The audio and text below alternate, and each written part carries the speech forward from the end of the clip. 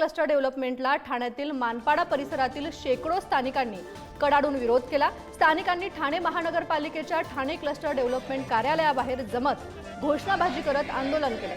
तसेच डीपी प्लॅनला देखील गावकऱ्यांनी विरोध दर्शवलाय। गावकऱ्यांनी एकता संघ गाव बचाव कृती समिती तयार केली असून गावकऱ्यांनी प्रशासनाला 63 प्रश्न विचारलेत। त्याचे उत्तर न मिळाल्यास, मागण्या मान्य न झाल्यास क्लस्टर कार्यालयाबाहेर तीव्र आंदोलनाचा इशारा देण्यात आला।